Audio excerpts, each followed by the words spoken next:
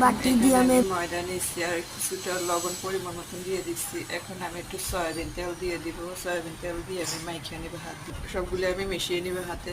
Just একটু পানি, ঠান্ডা পানি দিয়ে আমি গুলে নেবো। একটু ডোটা তৈরি করে যে আমার এটা করা হয়ে গেছে। এখন আপাতত 10 মিনিট রেস্টে রেখে দেবো, তারপরে বানাবো। আমি গোল করে রুটিটা বেলে নিচ্ছি। এখন আমি ছুরির সাহায্যে আমি ছোটো ছোটো করে কেটে নেব।